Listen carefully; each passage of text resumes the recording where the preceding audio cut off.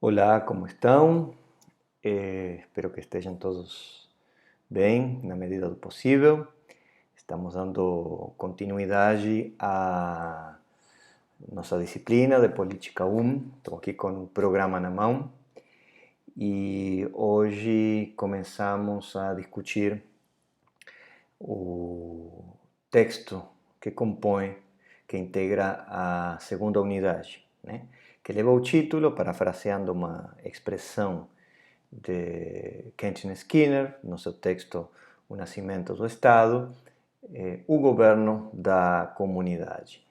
E o texto que vamos a discutir hoje, vocês já sabem, é o dos discursos sobre a primeira década de Tito Livio, uma seleção de capítulos tomada do livro primeiro, embora eu possa chegar a fazer referência a outras sessões, outros capítulos, outros livros da mesma obra, né? Mas vamos nos concentrar de qualquer modo nesse primeiro livro e nos capítulos selecionados, indicados no próprio programa, certo?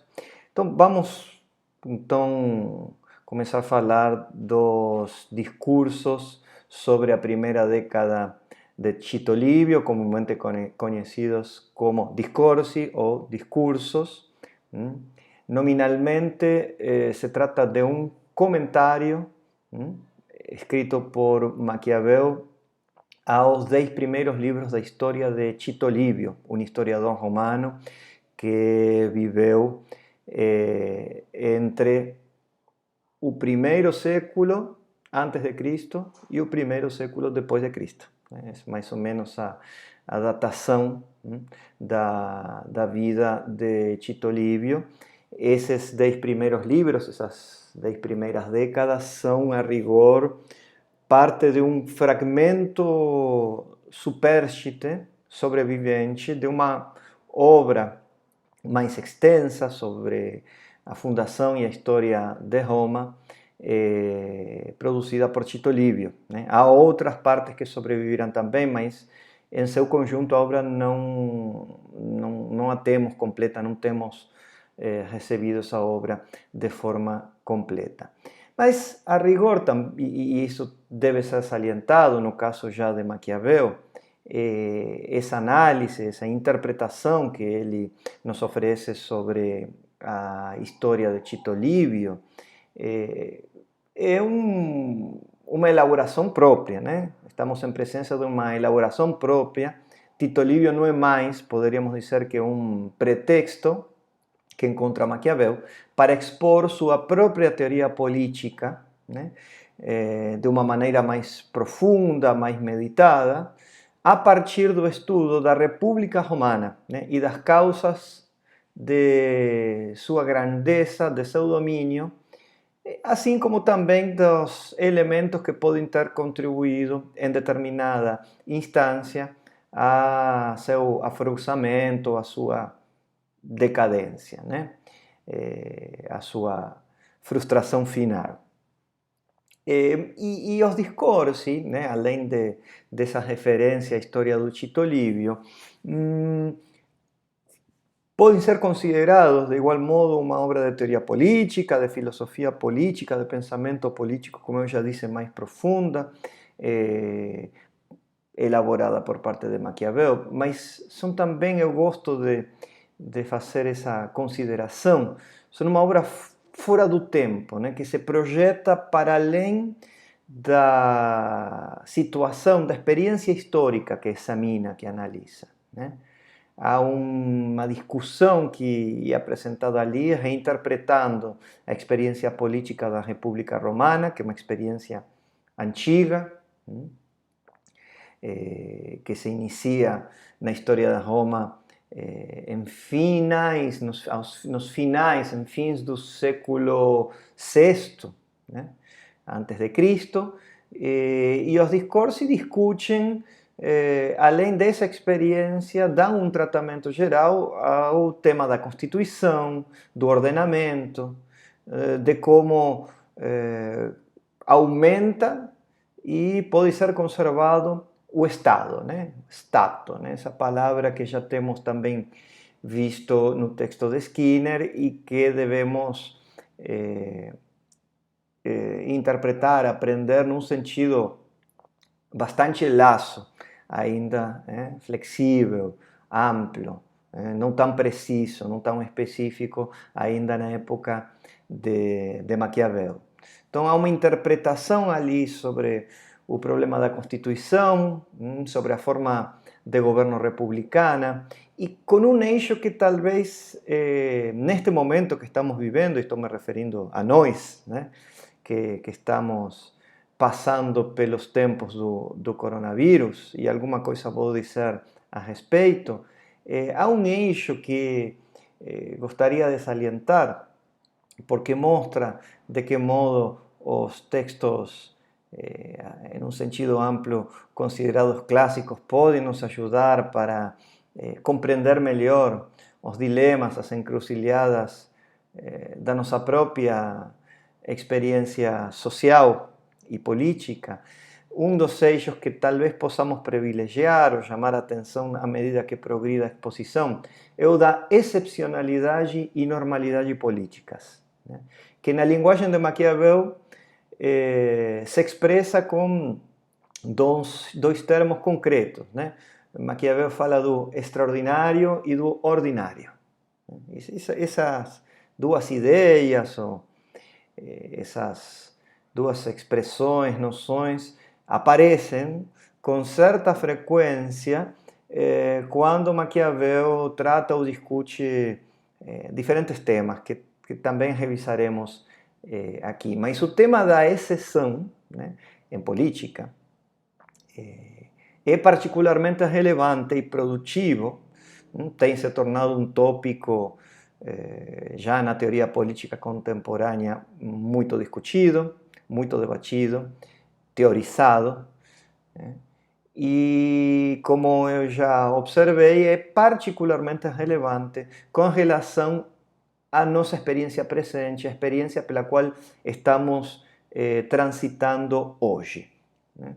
E que tipo de experiência, em definitiva, estamos transitando hoje? Bom, estamos transitando uma situação, estamos no meio de uma situação excepcional, né? Extraordinária, né? E dramática, né? Mas uma série de medidas têm sido implementadas diante da pandemia do coronavírus em diferentes países do globo que nos leva a pensar em que essas medidas restritivas podem ser interpretadas como configurando, mesmo que de modo parcial, um estado de exceção, né? Há uma limitação de certas atividades, de certas liberdades, em alguns casos, quando se aplicam quarentenas obrigatórias, compulsórias. Há também a implementação de quarentenas mais flexíveis, mas com bloqueio das ruas, com cancelamento de atividades, com fechamento de atividades não essenciais. Então, há inclusive uma discussão em alguns países, apareceu por aqui mesmo, acerca de se era conveniente estabelecer alguma espécie de estado de sítio ou não. Estamos assistindo à aplicação de medidas de exceção ou de restrição que podem nos antecipar um avanço do estado de exceção, e isso chama a nossa atenção, né? Porque nos coloca diante do que os romanos consideravam exceção, né? Os romanos, qual era a exceção para os romanos? A guerra, né? O estado de exceção na antiga Roma, já nos tempos da República, era a guerra. E a guerra, claro, é uma situação excepcional ainda para sociedades pré-capitalistas que vivem dessa atividade, que extraem parte do seu excedente e da sua riqueza dessa atividade guerreira, porém não deixa de significar uma mobilização de recursos da comunidade com vistas a um determinado objetivo de conquista ou de defesa, né? Agora, voltando a nossa situação, caberia perguntar-se também se essa situação de guerra não é, desculpem, essa situação de guerra também, porque a metáfora da guerra tem sido mobilizada no combate ao coronavírus, mas essa situação vinculada ao coronavírus dizia que haveria perguntar-se se, na verdade, não é mais que uma prolongação de algo que já estávamos assistindo há um certo tempo, que é o estado de exceção, como muitos teóricos políticos têm percebido, o estado de exceção que vem sendo aplicado, se implantando já há um tempo atrás em diferentes regimes democráticos, microestados de exceção, situações de exceção que apenas estariam se prolongando ou até se tornando mais explícitas por conta da situação gerada pelo coronavírus. Seja como for, e disso temos conversado um pouco entre nós nas conversas abertas, estamos num momento, com respeito ao coronavírus, ao Covid-19, estamos num momento, numa fase de disrupção da comunidade, de desintegração parcial do que os antigos gregos chamavam nomos, né? A ordem estatuída, a lei, né? Voltamos à questão dessa exceção de novo, a lei, a ordem costumeira, certas práticas, a anomia parcial ou total de nossa rotina, individual e coletiva, dos nossos modos cotidianos de organização, sobretudo aqueles, se é que não são todos, ligados à nossa subjetividade. Essa é uma situação que se evidencia. Então, quer dizer, estamos diante da irrupção da contingência radical. E Maquiavel tinha um nome para a irrupção da contingência, né? Para o encontro do sujeito atuante com a contingência, para o encontro do ator com a contingência, que é a fortuna. Né? A contingência no mundo humano, no mundo das coisas humanas, Maquiavel chamava fortuna. Então, a fortuna tem nos enfrentado, agora nós aqui, hoje, no presente, com um evento radical. Isso merece ser sublinhado, né? E como que Maquiavel nos propõe enfrentar a fortuna? Aqui já começamos a captar a utilidade, o quão significante é ler esses autores e quanto eles podem nos ajudar a compreender melhor o que nos acontece, assim como a compreender melhor os problemas que esses autores também tentaram responder, né?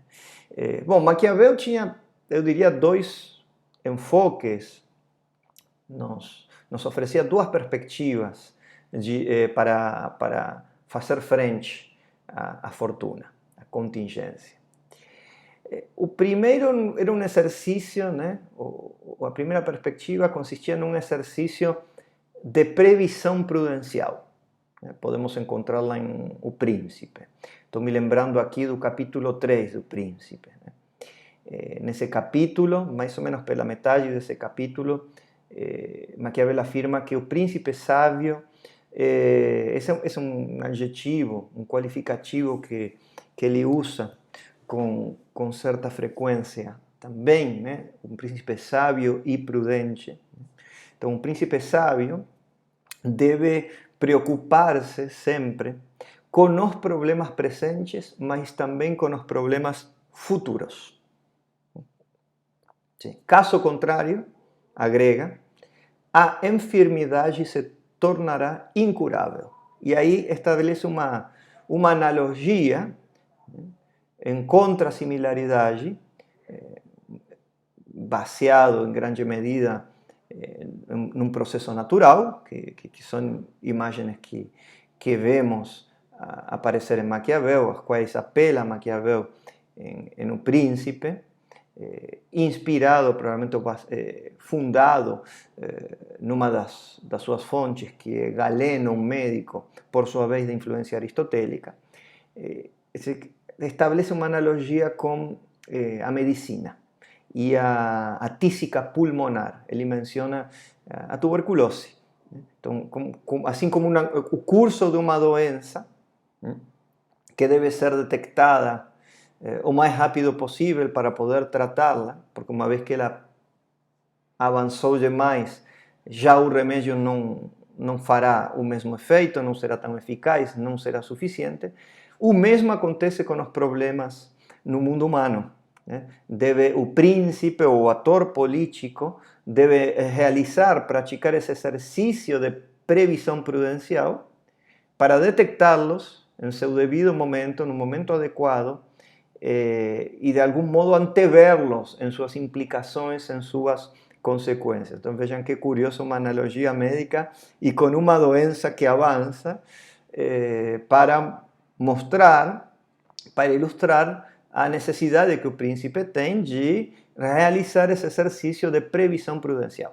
Príncipe o actor político, puede se aplicar a actor político de modo geral. E a segunda perspectiva, o enfoque que nos traz Maquiavel, é um segundo tipo de exercício, que encontramos tanto no Príncipe quanto nos Discorsi, mas sobretudo nos Discorsi, podemos apreciar um exercício proposto por Maquiavel de apropriação prudencial. O anterior era de previsão, esse é de apropriação. Por quê? Porque a política não é apenas uma técnica de intervenção nos assuntos humanos. Isso é, para Maquiavel, claramente é. Mas não é só isso. Pode ser também um conhecimento, até diríamos uma ciência. A política pode nos permitir, nos habilitar a uma interpretação crítica e raciocinada sobre o mundo humano, acerca das ações humanas em torno, especialmente, da história. E quando Maquiavel diz história, está querendo dizer um texto histórico, a história escrita, que, como dizia Cícero, outra fonte importante para Maquiavel, é mestre da vida e fonte de conhecimento. Então, o que tentaremos levar a cabo hoje é fazer dos discursos de Maquiavel, de seu pensamento político, da sua teoria política, da sua obra mais extensa, porém incompleta de teoria política, um pensamento relevante e produtivo.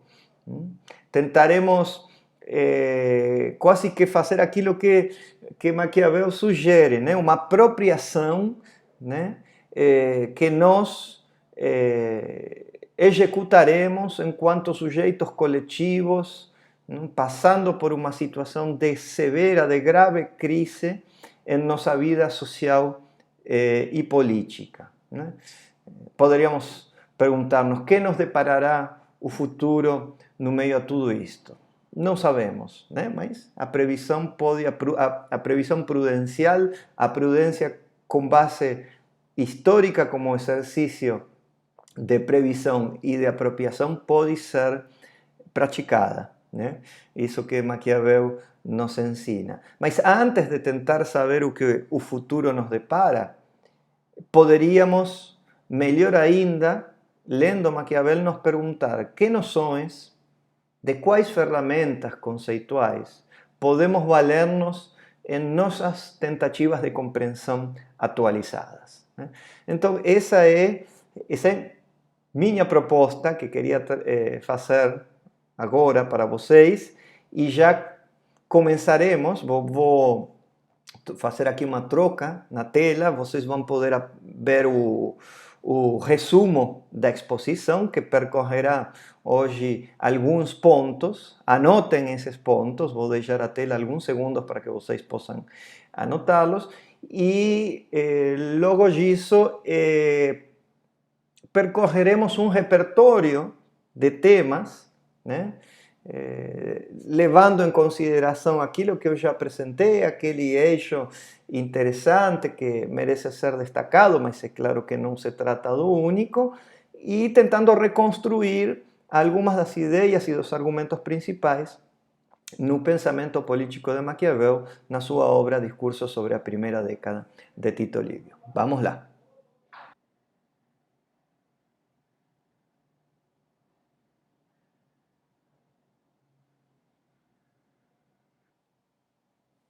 Muito bem. Devem ter visto o esquema, um resumo da exposição, né? Então, o primeiro tema no nosso repertório, vamos a selecionar alguns temas dos discursos desse primeiro livro, esse que leva o título de O Princípio. Né? Que é o princípio? Uma palavra que usa Maquiavel. Né? Isso, os discursos, uma vez passada a dedicatória de abertura, começam tratando do princípio das cidades. Nós poderíamos dizer a origem, mas com um certo cuidado, com uma certa ressalva que agora tentarei explicar. Devemos assumir, para tratar do princípio da cidade, uma chave de leitura, que pode ser interessante. Né? É uma chave de leitura como que será assumida em cada um dos temas desse repertório dos discursos. Né? É uma chave de leitura de apropriação e previsão histórica, né? Como todas as que virão. Né? E com relação ao princípio da cidade, Maquiavel aí mostra que a liberdade, né, é uma marca de origem, é uma marca de condição do princípio. Ou pode serlo. Né? No caso de Roma, assim foi. Mas não estamos aqui ante o que poderíamos considerar um estado original da humanidade, né? Um estado originário que se inicia em tempos primitivos e que nos leva a passar por um processo de progresso humano. Não, ao que assistimos nessa argumentação inicial de Maquiavel é a formação de uma união social, num contexto fragmentário e até diria não legitimado. Né? É um momento em que se produz a união social, um momento de refundação ou fundação, um momento de edificação ou reedificação. Né? E esse é o princípio. Né? O princípio no duplo sentido de um começo, poderíamos até dizer, num sentido amplo, de uma origem, mas também de um fundamento. Né? E o que Maquiavel, insisto, tenta mostrar ao se referir ao princípio, é a fundação de Roma, o início da Roma. Né? E aqui que ele apresenta uma primeira tese significativa. Roma nasceu desde e por princípio, sim, no começo e como fundamento, livre e independente. Roma nasceu livre. Qualquer que for a explicação de caráter mítico a qual apelemos para entender, para decifrar o princípio de Roma, seja que atribuamos sua origem a um estrangeiro livre que chegou ao território desde Troia, em Eneas, seja que atribuamos sua origem, sua fundação, a um natural, a um nativo desse lugar, Rômulo, Roma, em qualquer caso, nasceu livre. As duas lendas, as duas narrações míticas sobre a fundação de Roma, nas duas encontramos esse princípio, essa marca, essa condição de liberdade. Isso é fundamental de destacar, porque é nessa condição, né, além que passa pela escolha do sítio em que se instalará a cidade, que já podemos ver que o tema da liberdade se conjuga com o tema do início, do começo, do princípio, né? A Roma não foi nunca uma cidade subordinada a outra. Roma não nasceu escrava, Roma não foi uma colônia. Roma foi, por e desde o princípio, livre, né? E isso que implica? Implica que outras cidades que não foram livres desde o começo nunca poderão ser livres, né? Imaginemos, tomemos por caso a Florença, a Florença de Maquiavel. Bom, a rigor não. Maquiavel oscila bastante ao falar de Florença, da sua querida Florença, né? A cidade de Florença, por momentos, é uma cidade que não saberá ser livre nunca, e por momentos pareceria que Maquiavel dá alguma chance a uma Florença livre. Mas é claro que Maquiavel destoa aqui de uma certa tradição historiográfica humanista e florentina, estou pensando em Leonardo Bruni, para a qual Florença era tão livre quanto Roma, era quase a sucessora, a herdeira da República e do Império Romano. E, portanto, livre desde sempre, né? Para Maquiavel isso não está tão claro, ou isso não é tão assim, né? Florença forma parte de aquelas cidades fundadas pelo Império Romano e que, portanto, estiveram sempre subordinadas a uma metrópole, a uma cidade principal. Então, as possibilidades, as oportunidades que tem a Florença de ser livre não são tão claras, né? Não estão dadas desde o começo, desde a fundação, como no caso de Roma. Ali é uma distinção importante e já se exhibe, então, o projeto que Maquiavel tem para esse livro primeiro dos discursos, né? Falar, tratar da organização das empresas interiores levadas adiante pelo governo republicano de Roma, que, volto a insistir, nasceu livre, né? A liberdade está em germe, posta no seu começo, no momento de aglomeração, no momento de união social e nas perspectivas que esse momento já abriu para o desenvolvimento da cidade. Então esse é o primeiro tema, o primeiro ponto que havia aparecido no resumo da exposição. Agora, como que isso se prolonga na reflexão de Maquiavel, né? Estou tentando aqui ver meu esquema também. E esse momento sobre o princípio, que trata do princípio, se prolonga numa argumentação de Maquiavel que toma como objeto as cidades livres, né? As cidades livres. É isso que lhe interessa a Maquiavel, disso que ele quer falar, né? As cidades livres e as formas políticas que essas cidades adotam. Essa não é uma questão menor. Esse é o segundo ponto da nossa exposição. As cidades livres e as formas políticas. Uma cidade pode ser livre, certo? Pode ter a marca da liberdade que carrega a partir da sua fundação, mas tem que definir na sua evolução política que forma política adotará, né?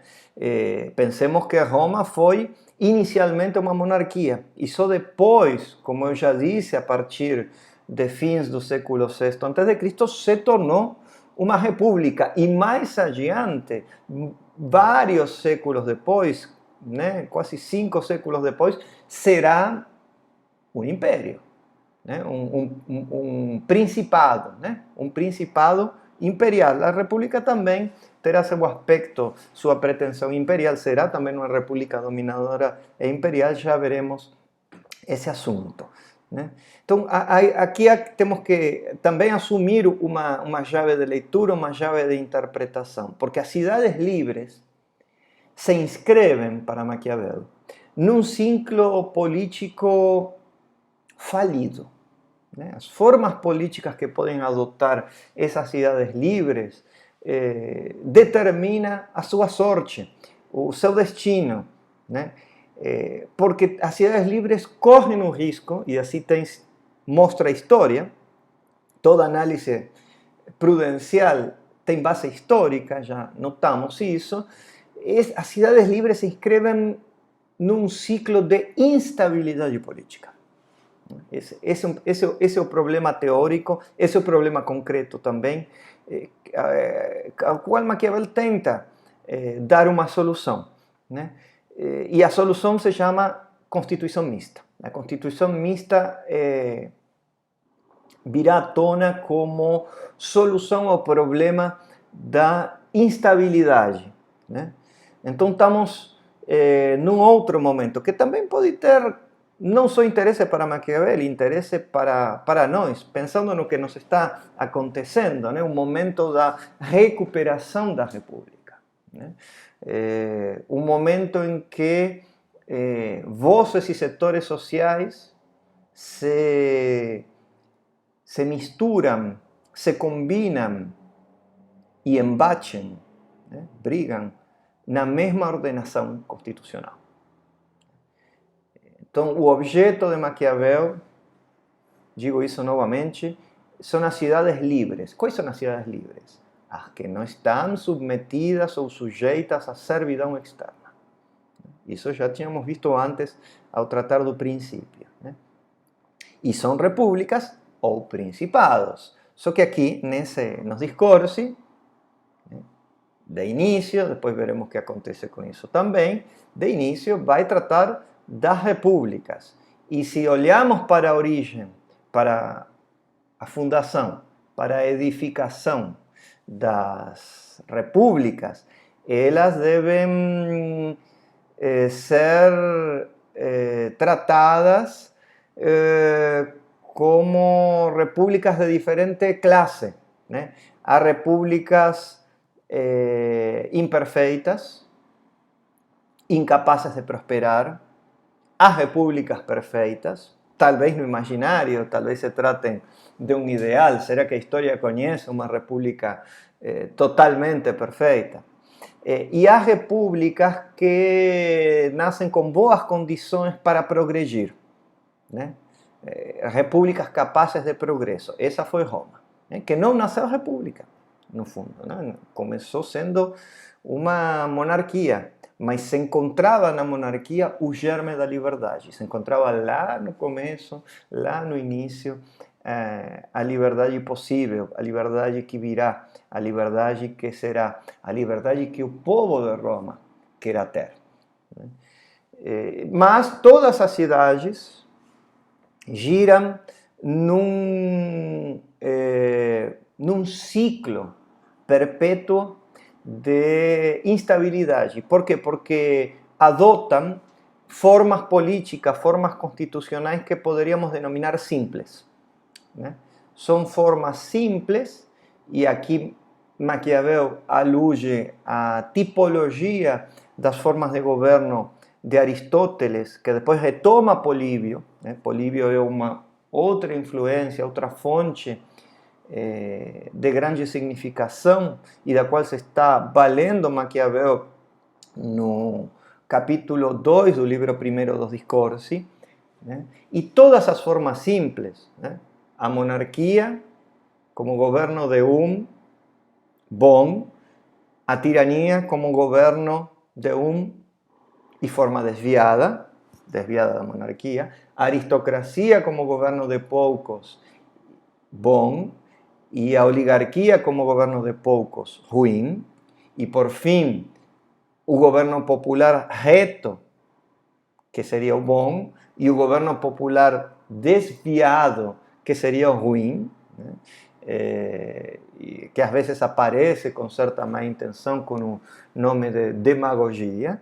Sim? Essas formas que compõem a tipologia aristotélica não dão certo. Elas passam por mudanças políticas permanentes. Nenhuma é estável, nenhuma consegue se assegurar, nenhuma consegue se manter, né? E já temos visto que a questão da manutenção, né? Não só da tomada do poder, da aquisição, como aparecia no Príncipe, mas também da manutenção do adquirido, do conquistado, é uma dimensão fundamental do pensamento maquiaveliano, né? Então, essas formas políticas simples que podem adotar as cidades livres estão condenadas a passar por um permanente ciclo de mudanças, de instabilidade política. E ainda mais, discordando elegantemente de Políbio, né, da história do Políbio, o historiador e pedagogo grego que viveu em tempos romanos, né, discordando dele com muita elegância, Maquiavel diz que nem sequer esse ciclo, que para Políbio era um ciclo natural, quase biológico e abstrato, vai se manter, né? A cidade vai, no meio desse ciclo, no meio a tantas mudanças políticas, a tanta instabilidade, vai perecer, vai acabar desaparecendo, vai ser minada na sua própria existência, na sua própria preservação, na sua própria manutenção e vai deixar simplesmente de existir. Então, como que se soluciona isso? Qual é a solução que nos dá Maquiavel, indo para além de Aristóteles e de Políbio? Bom, a solução estava no próprio Políbio, só que Maquiavel a revaloriza e, em grande medida, a reinterpreta. A solução é a solução republicana. É o regime misto, né? É o governo, a forma de governo mista, que foi a forma de governo que teve a Roma antiga, né? Uma delas, a que Maquiavel quer resgatar, né? Da qual Maquiavel quer se apropriar, também olhando para a Itália e Florença de seu tempo, né? E o regime misto romano se caracterizou pela participação das três formas de governo no seu interior, né? Os três princípios de governo das formas simples, o governo de o governo de poucos e o governo de muitos, é trazido para realizar, para efetuar uma combinação e um ordenamento que combina esses três princípios, né? Que organiza, que articula esses três princípios. E isso foi a República de Roma, né? Que tinha o princípio monárquico nos cônsules, né? Os cônsules derivavam provavelmente de um arcaico magistrado supremo que depois se tornou, se dividiu em dois, se convirtió em uma espécie de magistratura a maneira de uma diarquia, né? Dois cônsules, né? Inicialmente era um com poder supremo, com imperium, e então aí já temos nos cônsules o princípio monárquico, mas não era só isso, estava o Senado, né? E no Senado encontramos realizado o princípio aristocrático.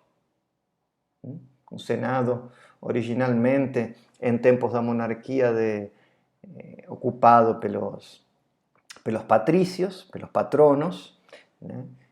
De 300 membros, depois se ampliou a 600 e mais tarde se abriu, né? Conseguiu ser ocupado pela classe superior da plebe, dos plebeios, né?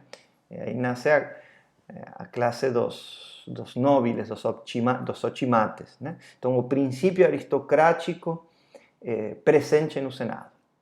E por fim, né, o princípio popular, né? Onde que estava situado o princípio popular? Nos tribunos da plebe, né? Os tribunos da plebe, que eram magistrados emanados da Assembleia Plebeia, que eram protetores da plebe, porque tinham poder de veto, quer dizer, que podiam interferir nas decisões de outros magistrados ou inclusive nas deliberações do Senado. Então, vejam como no arcabouço institucional, ou constitucional, melhor dizendo, da Roma Antiga, da República Romana, encontramos uma combinação de 3 princípios de governo. Mas esses 3 princípios de governo, é importante atentar para isso, são combinações de forças sociais. Né? O que se combina não são meras instituições. Claro que há um arranjo institucional colocado, sem dúvida, mas é um arranjo institucional ligado, vinculado a forças sociais, e até me atreveria a dizer, vamos poder comprová-lo, uma dinâmica social. Né? Roma foi uma dinâmica social singular, né? E, portanto, forças sociais deviam ser combinadas e se combinaram, de fato, de uma maneira única, de uma maneira que não foi igualada pelo outro antecedente misto da antiguidade grego, a Esparta de Licurgo, a grande Retra, a grande constituição do Licurgo, o legislador mítico, o ordenador mítico de Esparta, e muito menos se compara, né? Com Esparta alguma comparação possível, muito menos se compara com a constituição puramente democrático-ateniense, segundo Maquiavel, fundada por Solon. Porque Solon fundou uma constituição em sua pureza democrática que não sobreviveu muito tempo, na opinião de Maquiavel, embora tenha sobrevivido 200 anos, né? 2 séculos, mas de qualquer modo, para Maquiavel, essa duração não pode ser igualada ou comparada à prolongada existência, à estabilidade, à durabilidade no meio à contingência, né? As coisas humanas são, o movimento da história nos mostra permanentemente a contingência, e nesse movimento, nesse particularismo das coisas humanas, a organização política de Roma se mostrou muito mais durável, muito mais eficaz. Por que se mostrou? Porque conseguiu aprender a apressar uma dinâmica social, dizia, né? Pois é, essa é a chave do aperfeiçoamento. Por isso Roma foi uma república capaz, que nasceu com o germe da liberdade, com a liberdade em potência, e capaz de se aperfeiçoar, porque seu segredo, né, foi que permitiu, canalizou, enquadrou, internalizou a luta social, a luta de classes. O que Maquiavel vai chamar a desunione, a desunião entre o povo, né, e o Senado, né, entre a plebe, o povo, os grandes e o povo, o Senado e a plebe. Né? E ali que está o segredo de Roma, né? Em ter sabido contemplar e criar um ordenamento que permitisse a expressão da desunião. Não de qualquer divisão, de uma divisão que poderíamos considerar que é connatural à cidade livre. É isso que está dizendo Maquiavel, né? No princípio havia um momento de união, né? Desde um estado fragmentário se produz a união e se funda e edifica a cidade. No caso de Roma, seja pelo trabalho de Rômulo, seja graças a Enéas, certo? Mas depois há um momento em que essa união dá lugar ao conflito em seu interior. Permite que a desunião, que a luta se expresse. Então, uma interpretação fantástica, né, que Maquiavel nos traz, e aqui já estamos assistindo ao terceiro tema, ao terceiro ponto. Não estamos ingressando mais que assistindo, estamos entrando na discussão do terceiro ponto, do terceiro item da exposição. Então vejamos. O terceiro tema, então, o tema da desunião, né? Da desunião e da liberdade, né? É interessante demais, né? Porque ali a chave interpretativa que podemos incorporar evidencia a conversão do que podia até ser considerado extraordinário, né? Dos tumultos da luta de classes, do conflito, em procedimento ou via ordinária, como costuma dizer Maquiavel. O conflito entre os grandes e o povo, entre o Senado e a plebe,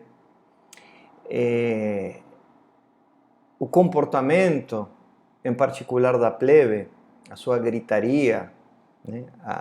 a bagunça, a sua irrupção, tudo que ela instala é convertida em ordem estatuída, em ordem institucional. Portanto, há uma passagem do extraordinário para a via ordinária de manifestação do conflito. Esse é o momento, então, da passagem, como dizia antes, né? Esse é o momento concreto da passagem da união para a desunião, da liberdade em potência, da liberdade posta no princípio para a liberdade realizada no conflito, no interior da comunidade. Então, esse é um momento crucial, né? Que exige do ordenador, do legislador da cidade, e estamos aqui falando de Roma e para além de Roma, né? O exercício que, como observamos, nos propõe Maquiavel. Mas o legislador deve assumir um pressuposto em sua obra legislativa, né? Em sua tarefa de edificação legislativa agora. Esse pressuposto é o pressuposto que, entre aspas, poderíamos denominar metodológico, enquanto pressuposto para a ação, pressuposto metodológico da maldade humana, que não é importante advertir isso, não é um julgamento antropológico. Não se trata aqui de um exercício de antropologia filosófica, né? É um pressuposto, né? Um ponto de partida assumido para dar leis a um povo, para dar leis a uma comunidade, a uma cidade livre. Maquiavel escreve: as leis fazem bons aos homens. Então, as leis têm um caráter pedagógico e exemplar. Estão guiadas pelos ensinamentos que nos passam nossos maiores, os bons exemplos, os costumes ancestrais. Daí o sentido que tem o Senado, que normalmente está formado por aqueles que estão mais próximos daquele começo mítico, daquela origem. Um começo mítico que em Roma, eu tinha esquecido de comentar isso, é interessante porque Roma se diferencia de outros exemplos da antiguidade, de outros exemplos cívicos, de outras cidades da antiguidade, porque sua origem é uma origem espúria, né? A origem de Roma, mítica, porque não se é apresentada com uma narração mítica, na origem de Roma, na fundação e edificação de Roma, está a derrota ou o crime. A derrota, em se falando de Enéas, né? Um exilado da guerra de Troia, um derrotado. E o crime, no caso de Rômulo, né? Então, a origem de Roma é uma origem de mistura de povos impura, onde o crime ou a derrota aninha na sua fundação. Vejam que interessante, né? Isso contrasta, por exemplo, com o mito de autoctonia ateniense, né? Que era um mito de pureza étnica. Bom, nessa origem, o legislador vai se basear para construir a legislação, mas deve assumir o pressuposto da maldade humana. E esse é um ensinamento, uma lição que nos dá Maquiavel, tomada mais uma vez da história. Sem esse pressuposto, desaparece a questão política. Ninguém vai poder fazer política assumindo que os homens são bons. Não importa a rigor se são bons ou são maus. Se são bondosos ou são malignos. Isso não tem importância em si. Talvez até poderíamos dizer, olha, a maioria das pessoas é boa. Sei lá. Sim, mas há uns poucos que não são. Esses vão complicar o campo de atuação do homem político. Então, o legislador, a lei, deve pressupor que os homens precisam ser educados e guiados pelo exemplo. E até punidos. Há também uma ideia de punição subjacente. Então, assumir o pressuposto legislativo da maldade humana não é mais do que isso, assumir tal coisa como ponto de partida, não como julgamento antropológico. Não importa o que os homens verdadeiramente são, importa como eu os concebo para legislar, para fazer política. E assumido então esse pressuposto, iniciada a tarefa da legislação, nós temos que essa legislação incorpora, como dizíamos antes, o conflito. E o conflito foi, a desunião foi, Maquiavel aqui expõe uma tese forte, poderosa, uma tese potente de interpretação. O conflito, a desunião entre os grandes e o povo foi a causa da liberdade romana, quase que poderíamos dizer a causa primeira da liberdade romana. Roma realizou a liberdade a partir do conflito, a partir da desunião. A desunião entre, há várias maneiras de expressá-lo, entre os nobres e o povo, entre os dois partidos, entre os dois humores que habitam toda a república, o popolo e o grande. Quer dizer, o povo, a plebe, e os nobres, o senado. Todas as leis em favor da liberdade pública, afirma Maquiavel, se originaram, nasceram do choque entre o povo e os grandes e o povo. Por isso que o legislador deve criar, reconhecendo a necessidade, canais de manifestação, modos de manifestação, modi é a palavra empregada por Maquiavel, modos de manifestação das aspirações do povo.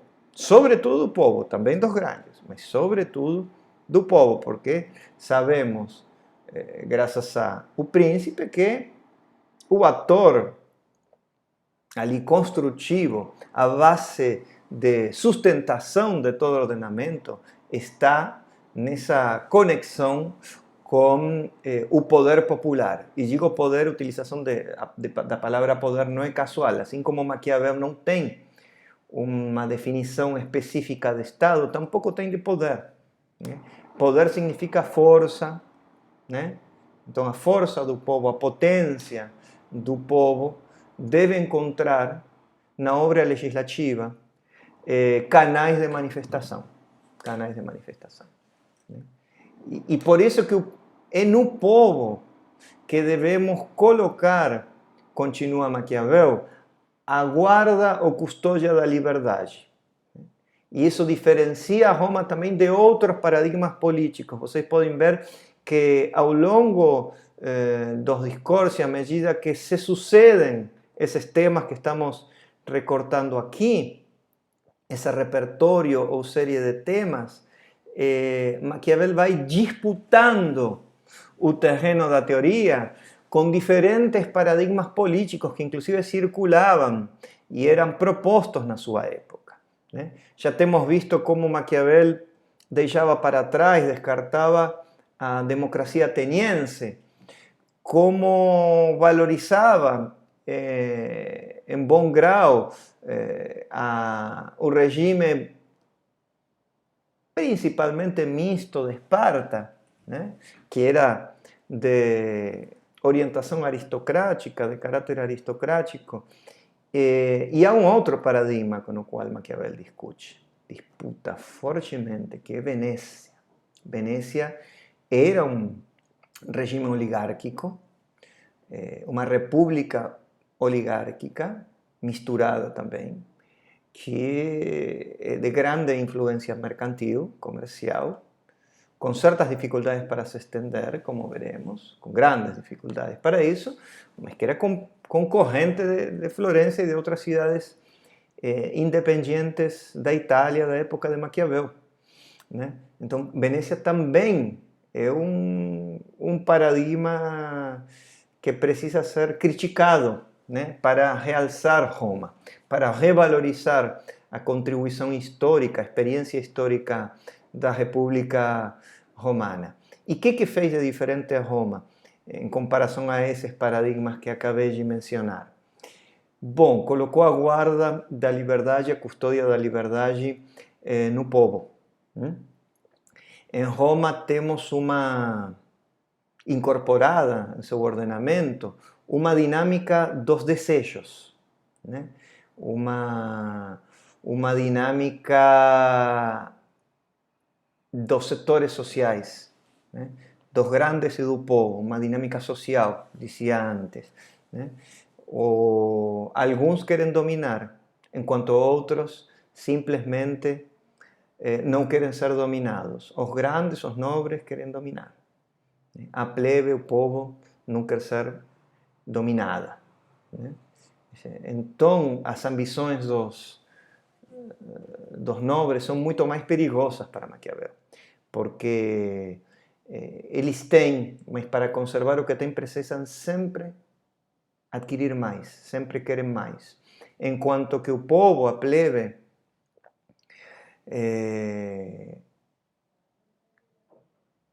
simplesmente deseja adquirir e se defender com a liberdade na mão.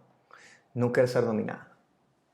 Então, são dois apetites, dois humores, dois desejos que se opõem, que entram em confronto.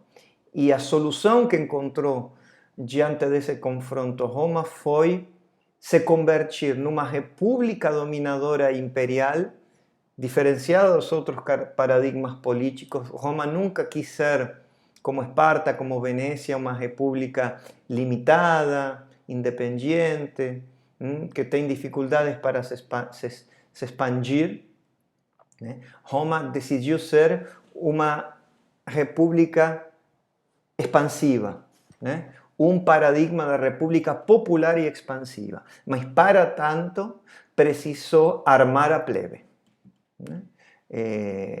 Ou, em outros termos, incorporar a plebe ao exército, né? E construir uma unidade política, uma república, uma unidade política na diversidade cultural. Não só interna, mas também com relação ao exterior, com relação a outros povos, né? Uma das medidas que toma ao longo da sua vida a República Romana é a extensão da cidadania a todos os povos itálicos e depois, durante o Império, a todos os povos que compõem o Império. Então, a unidade política romana é uma unidade na diversidade, diferente da grega nesse sentido. E como se manifesta essa guarda da liberdade? Como se manifestam? Como se expressam as aspirações populares? Permitindo a faculdade de acusar, né? Em assembleia, num órgão de governo colegiado, porque o Estado livre, o estado de liberdade, o ordenamento da liberdade se verifica quando existem canais ordinários e não extraordinários, né? Não extraordinários. Quando o que é extraordinário, que é o conflito, né? O que transtorna o corpo social, o que para os gregos deixa doente o corpo social, né? Quando o conflito se converte em canal ordinário de manifestação, quando o conflito se converte no vivere libero, no viver livre, no viver da liberdade, porque a liberdade é tudo o que o povo quer. Então, não mais resolução privada ou estrangeira dos conflitos, não mais calúnias, que são as acusações sem provas, acusações e deliberações e decisões, mesmo que por blocos, tal como por setores sociais, tal como aconteciam na República Romana, se dão pela via ordinária, hoje diríamos pela via formal, desde que colocada, desde que instalada, aguarda ou custódia da liberdade no povo e não nos muitos mais perigosos, grandes ou nobres. E assim chegamos então ao tema seguinte, né? O tema da ordenação. Né? Estamos ingressando na ordenação da República. Estamos falando da República. E aqui devemos assumir uma outra chave, né? O problema da ordenação, o problema da organização. Onde reside? O problema da organização reside para Maquiavel no problema da relação íntima entre justamente o extraordinário e o ordinário, mais uma vez. Olhem que interessante aquele eixo que começamos destacando na apresentação desta exposição, né? Poderíamos até traduzi-lo da seguinte maneira, né? O momento da excepcionalidade em política, Maquiavel pode ser lido como um teórico dos momentos da política, por isso que eu tenho utilizado, né, essa palavra momento em várias ocasiões aqui. O momento da excepcionalidade é um momento da organização, ou reorganização, né? Se se trata de uma cidade já existente. O momento da organização ou reorganização, até poderíamos também acrescentar o momento da legitimação, do estabelecimento das condições de legitimidade de uma determinada ordem. Mas o momento da continuidade institucional é um momento da conservação. E esse requer vias ou canais ordinários para se desenvolver, né? Então, Maquiavel vai afirmar, ao tratar da ordenação, que os fundadores ou reformadores, em definitiva, a palavra que ele emprega é ordenadores, os ordenadores de uma cidade, de uma comunidade, termine ela sendo um reino, como inicialmente foi Roma, uma república, ou até os fundadores de uma religião, devem ser sempre uma pessoa. A tarefa da ordenação radica numa pessoa única, numa pessoa una, numa pessoa só, né? A ordenação desde o princípio, ou a ordenação completa do que já existe, al tutto di novo, como diz Maquiavel, al tutto di novo, deve ser feita por uma pessoa só. Por quê? Porque ela necessitará apelar, e esta também é uma expressão de Maquiavel, a uma ação extraordinária para realizar a edificação, a fundação, a reorganização, né? Daí se desprende a figura do legislador, o ordinatore, do ordenador prudente, né? Adjetivado com o qualificativo de prudente. Se necessita na fundação de mas na conservação necessitamos de muitos. Por isso está absolvido, né, Rômulo pela morte de Remo e de Tácio, porque ele criou as bases para a continuidade institucional. E já veremos que como isso é reforçado pelo sucessor de Rômulo, Numa Pompílio, o rei seguinte da dinastia, né? Então, a fundação é uma tarefa extraordinária, né? É o início da legitimação de uma ordem e precisa ser realizada por uma única pessoa. Mas já a conservação do estabelecido, do ordenamento que vai se consolidando, do ordenamento que chega a ser uma república, como chegou a ser Roma, graças aos anseios populares, essa é uma tarefa coletiva. Não requer de muitos, né? Requer, diria Maquiavel, de uma universalidade, de um conjunto.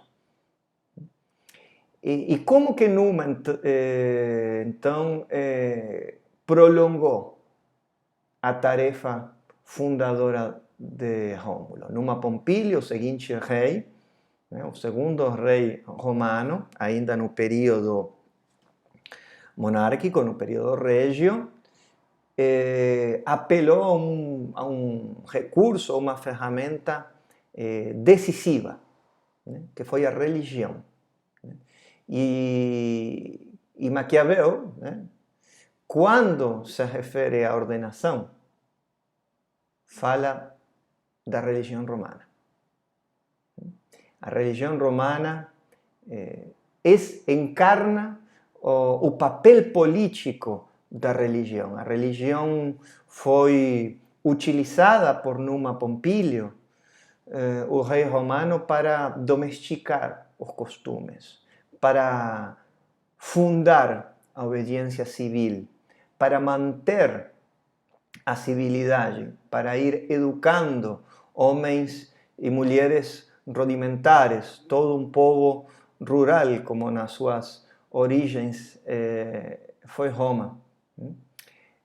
E, em resumo, né, a religião serve, é posta a serviço da coesão e da ordem social, porque a religião se inspira no temor aos deuses, e isso faz com que os homens se apeguem mais às normas, à organização do exército. Toda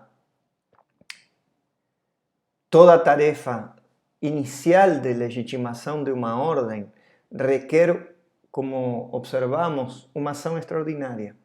E as ações e as leis extraordinárias são mais fáceis de ser aceitas se a religião, se estão sustentadas, se estão respaldadas pela religião civil, né? Por uma religião politicamente ressignificada, politicamente apropriada.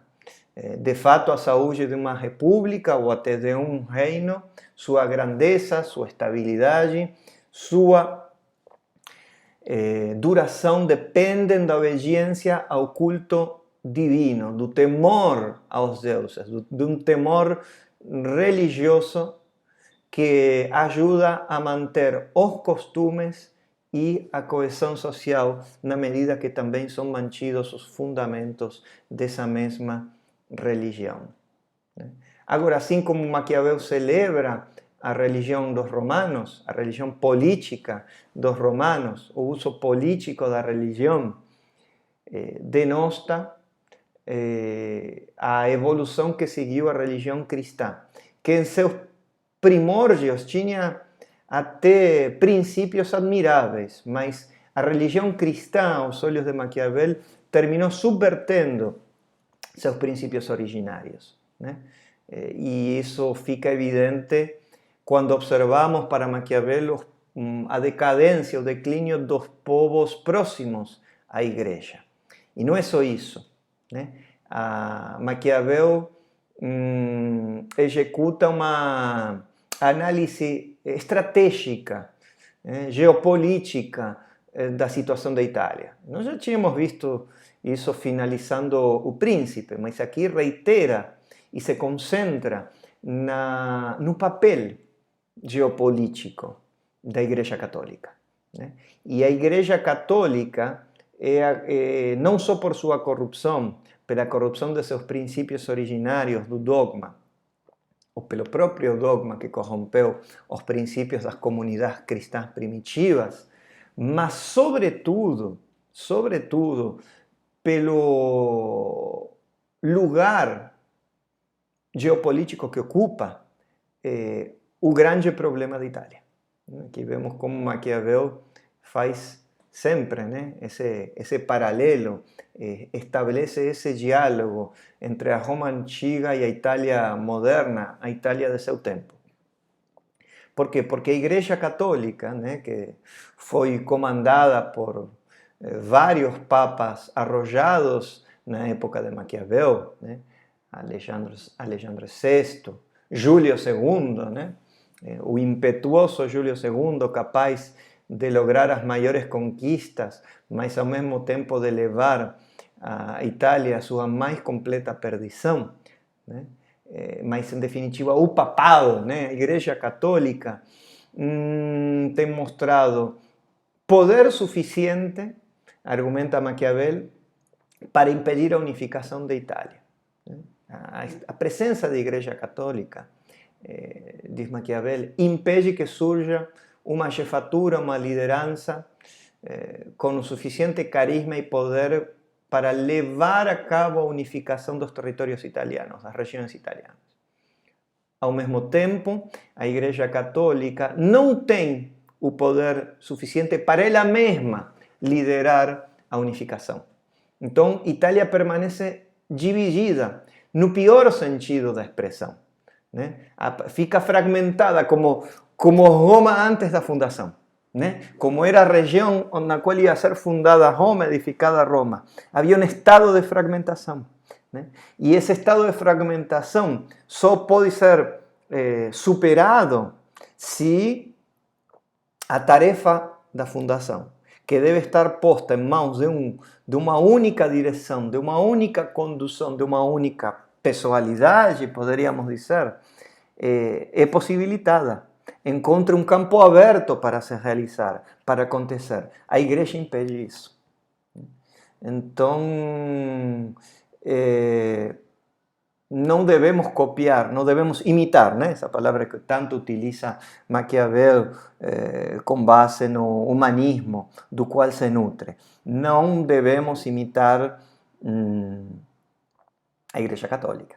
Devemos imitar o uso político da religião dos romanos e dos povos que circundavam Roma, né? Roma e outros povos, como por exemplo os samnitas, em defesa da liberdade, em situações de urgência, em situações críticas, apelaram à religião política para garantir a ordem e a coesão social.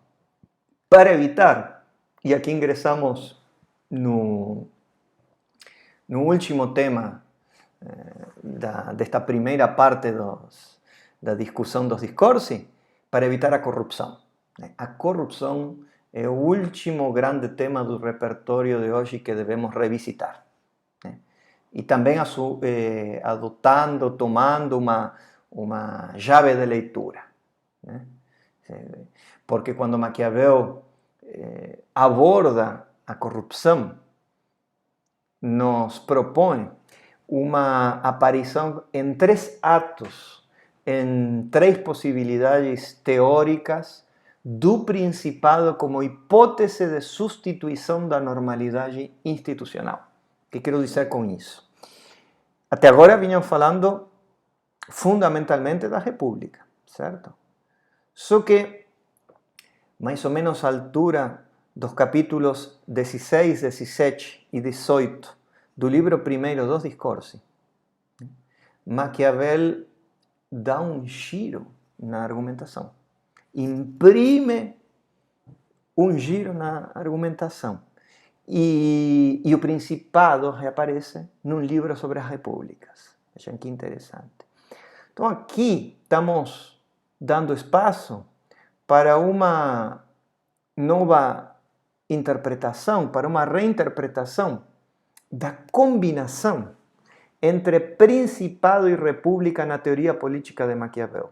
Eles são, pareceria, solidários no desenrolar da reflexão política do autor. O que está em disputa, talvez na segunda parte dedicada aos discursos e na próxima apresentação, falemos um pouco disso. Mas se há alguma coisa que é muito disputada e ainda não resolvida em Maquiavel, ou com referência a Maquiavel, é sua identidade política. Em suma, quem foi Maquiavel? Que tipo de autor? Qual que é sua natureza autoral? Foi Maquiavel um defensor do governo dos príncipes? Ou não foi? Foi um defensor da república. Que tipo de ordem ele queria para a Itália? Qual forma política? Principado ou república? Todos os domínios são principados ou repúblicas. Lembram? A primeira frase, essa nunca mais podem esquecê-la, né? A primeira frase com a qual abre o príncipe. Ou temos repúblicas, ou temos principados. Ou temos principados, ou temos repúblicas. Ou temos dominação pura, ou temos liberdade.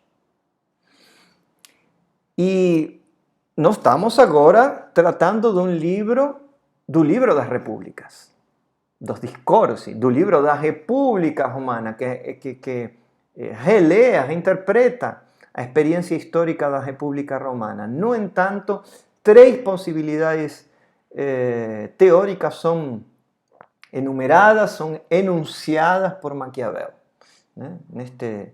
Neste final da exposição de hoje. A primeira possibilidade teórica não são possibilidades excludentes, mas são possibilidades que vão avançando, que vão progredindo. A primeira mencionada por Maquiavel é a da dificuldade, relativa à dificuldade, de que um povo acostumado a viver sob um príncipe consiga se manter livre se, por acidente, diz Maquiavel, por um acaso, pela fortuna, conquista a liberdade. Um povo que vivia sob um príncipe, eis que conquista a liberdade. Como Roma, ao expulsar a última dinastia de reis, os Tarquínios. Vejam que interessante. O governo da multidão via a liberdade é possível se essa multidão está acostumada a viver sob um príncipe. Em algum ponto até pode ser, só que é uma ideia, um argumento que depois reaparecerá em outros autores da teoria política, do pensamento político futuro, que é a da concepção da liberdade como um aprendizado, a liberdade como uma prática. Quer dizer, a liberdade não é um princípio, ou até pode ser um princípio, pode ser enunciada como um princípio, mas está longe de ser apenas isso. A liberdade é uma prática. Como sabemos ser livres? Praticando a liberdade. Ao longo do tempo, porque os benefícios da liberdade, diz Maquiavel, só se apreciam ao longo do tempo.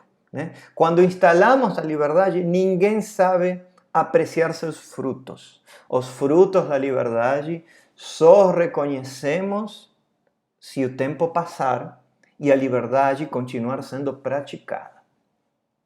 A liberdade da república, sua independência externa, mas também a prática livre, liberal, mas não no sentido usual do termo liberal, a prática livre dos cidadãos. Os cidadãos que se engajam, que sentem devoção pela vida pública, são os cidadãos livres.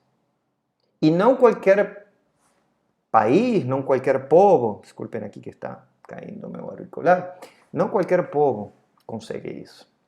Um povo acostumado a viver sob um monarca, sob uma dinastia, talvez não consiga manter a liberdade, o Estado livre, o estado de liberdade. Roma conseguiu, porque Roma tinha a liberdade em germe, na edificação, na fundação da cidade, na sua origem. Até na sua origem mítica, por mais espúria que essa origem fosse. Então, ali, primeiro giro, né? Se não é possível manter a liberdade, né? Talvez convenha ter um principado, entre aspas, popular, né? O príncipe aliado do povo se manterá no poder desse modo. E há uma segunda possibilidade teórica, né? Não apenas a dificuldade de um povo acostumado ao príncipe manter a liberdade, mas a grandíssima dificuldade, diz Maquiavel, quase que impossibilidade de que um povo corrompido chegue a ser livre, caso tenha em suas mãos a liberdade, né? Como Roma depois de César. Roma conseguiu a liberdade e conseguiu mantê-la depois dos Tarquínios. Mas quando seus costumes se corromperam ao longo do tempo, depois do decurso do tempo evoluir, passar, já depois de César, Roma não voltou a ser livre. Entrou nesse declínio da liberdade. Também há um estudo das causas da morte da liberdade em Roma, né? Porque o que virá depois do César, né, com seu filho Augusto, é o Principado. E o Principado é uma fórmula de compromisso entre monarquia e república, né? Então já não é mais república. Claro que a fachada e certas práticas institucionais republicanas se manterão, sobretudo nos primeiros tempos do Principado, mas já não será a república. E o que é a corrupção, né? A corrupção é a corrupção da matéria. A corrupção é a corrupção das práticas de liberdade, né? E Maquiavel está utilizando essas duas noções, matéria e forma. Quer dizer, a matéria se corrompe, a forma é a mesma. Os costumes, aquilo que precisa ser moldado pela forma política, muda, né? Fruto do avanço dos tempos, do transcurso do tempo. E quando os costumes e as práticas sociais se corrompem e mudam, a forma política não se adapta mais a elas, não se ajusta mais, cria-se um descompasso. Então, onde a matéria não é corrompida, afirma Maquiavel, o conflito não é prejudicial, os tumultos não prejudicam, mas uma vez que a matéria está corrompida, onde a matéria é de fato corrompida, as melhores leis não podem ser aproveitadas mais, né? E é muito difícil fazer com que a matéria se torne novamente boa, né? Por quê? Porque e aqui é interessante para ver onde que reside a virtude numa república. Porque no caso de um príncipe é mais fácil distinguir, né? A virtude do príncipe é uma virtude, como diz Maquiavel, pessoal. Já temos visto que significa virtude no príncipe, na obra o príncipe, no tratado e na figura do príncipe, na pessoalidade do príncipe. Mas onde está colocada, situada a virtude na república? Na universalidade dos seus cidadãos.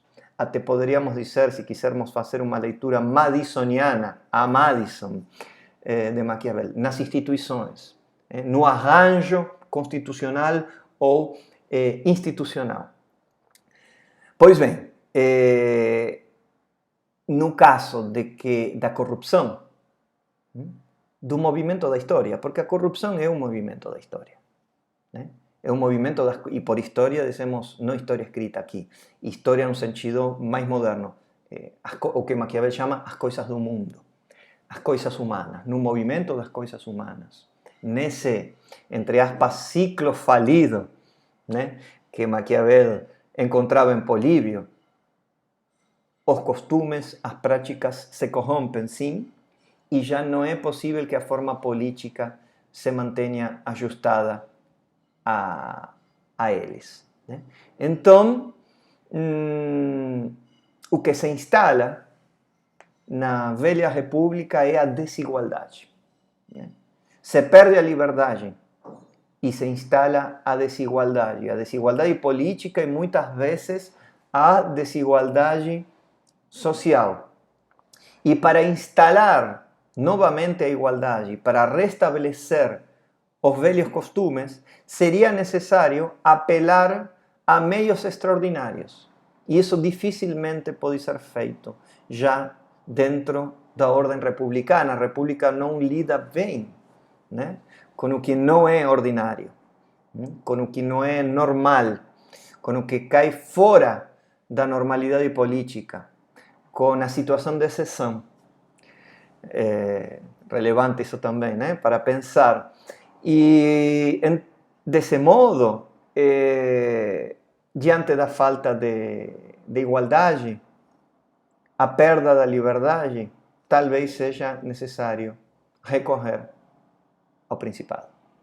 E por fim vem a terceira possibilidade. A terceira possibilidade, Maquiavel, nessa terceira possibilidade teórica, se pergunta qual seria um modo de estabelecer ou manter um governo livre, e utiliza de novo a expressão que eu já apresentei, stato libero, estado de liberdade, a condição de liberdade, num povo corrompido, até supondo um povo corrompidíssimo. E esse pressuposto de uma cidade corrompidíssima, na qual a corrupção é universal, espalhada por todo o corpo comunitário, esse pressuposto aí incorporado mostra que a tarefa de reverter a corrupção é extremamente difícil, quase que não podemos contrariar a história. O exemplo de Roma, a experiência histórica de Roma mostra isso, né? E é o que estava dizendo antes, né? Depois dos Tarquínios foi possível, matando os filhos de Bruto, ter e manter a liberdade, né? Adquirir e manter a liberdade. Mas depois de César, isso não foi mais possível, né? Já não, nem matando ao possível sucessor de César teria sido, né? O que não foi o caso, né? César pagou com sua vida, mas a sucessão estava em certo modo garantida, e veio já outra forma política, porque a forma política precedente já não dava conta da mudança verificada nas práticas sociais. Roma já não sabia ser livre. O seu povo, a plebe, já não sabia ser livre. E apareceu um ator, né, que Maquiavel, curiosamente, não menciona, né, que é o exército. O protagonismo do poder, quase que diríamos o poder militar como um poder tutelar, né, mais uma outra leitura, um outro insight, né, parece alguma palavra estrangeira, atualizado ou atual, né? O poder militar, o poder tutelar do exército, o exército como influência de direção política, já mudou completamente a relação de forças no interior da cidade de Roma e no seu caráter expansivo, no seu projeto dominador expansivo. Roma tinha que ser outra forma política para poder dar conta também dessa nova realidade, dessa nova matéria que tinha evoluído, produto da história. Então, é impossível, é extremamente difícil conservar ou fundar de novo uma república numa cidade corrompida, numa cidade corrompidíssima, numa cidade acostumada a viver sob o príncipe, né? Convém, termina afirmando Maquiavel no capítulo 18 do livro 1 dos Discorsi, recorrer a instituições monárquicas, ao Estado Regio, Estado Real, substituindo as instituições republicanas, o Estado Popolare, o Estado popular, né? O giro é completo e nós vemos que assistimos quase, né, a uma guinada na argumentação, no desenvolvimento da argumentação que Maquiavel imprime e que nos deixa um tanto perplexos, surpresos, porque no livro dedicado às repúblicas o Principado emerge com muita força. Né? Vejo que podemos ir já parando por aqui, tenho falado quase, olha, 1h30, né?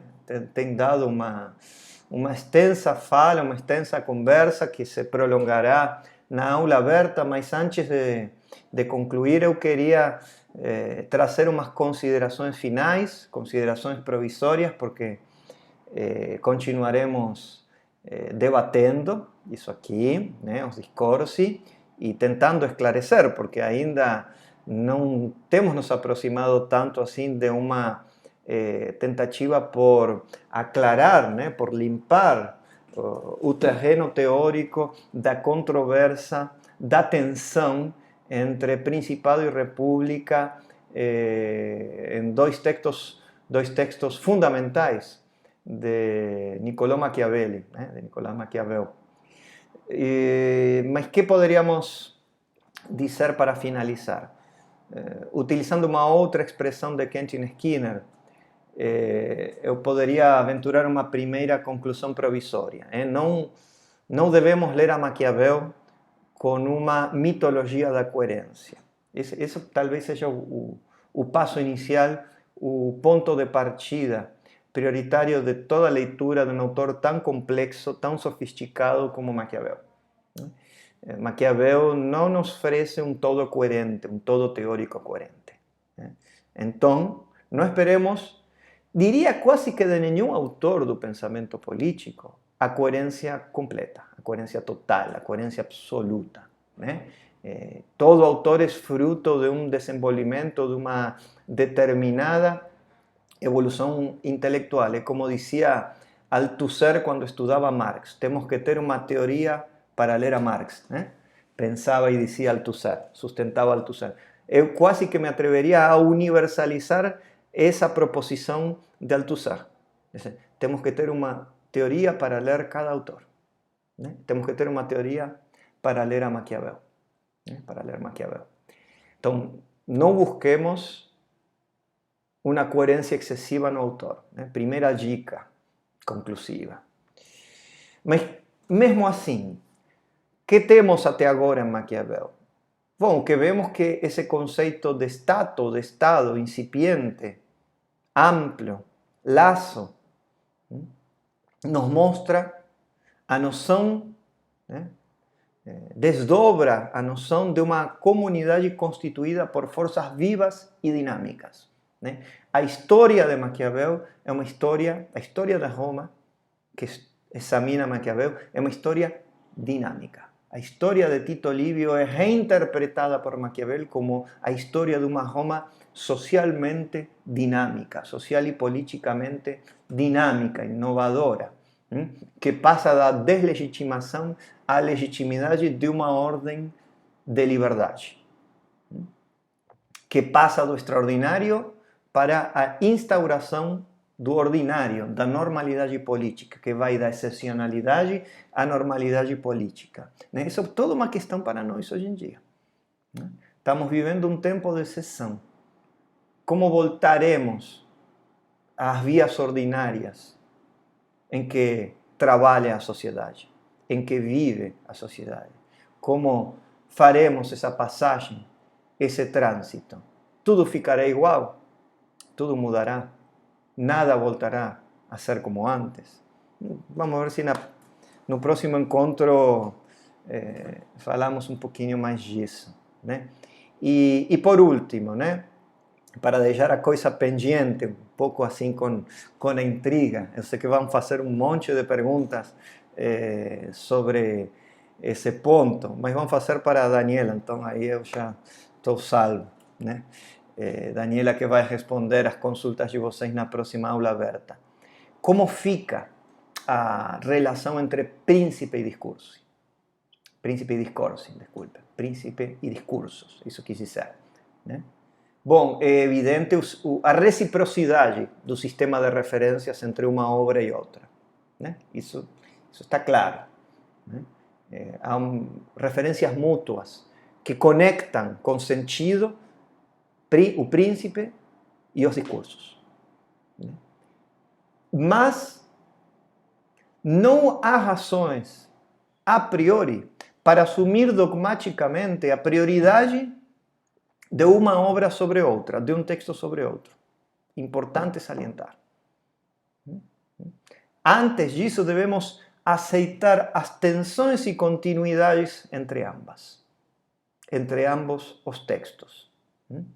No fundo, Maquiavel tinha um sonho, uma pretensão que é manifestado, porque se trata de um manifesto político, no último capítulo do Príncipe, e que se projeta perpassando o discurso e passando por Roma para os tempos de Maquiavel. A pretensão de colocar a Itália à altura do desenvolvimento de outras potências europeias daquele tempo, da França ou da Espanha, né? E isso, insisto, vale tanto para o príncipe quanto para os discursos, né?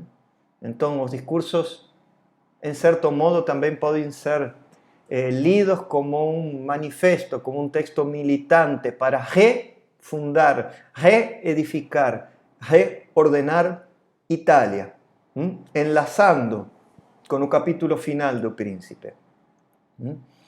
E essa proposta acontece mediante a recuperação de uma grande tradição clássica, de uma notável experiência histórica, capaz de alimentar um novo imaginário moderno.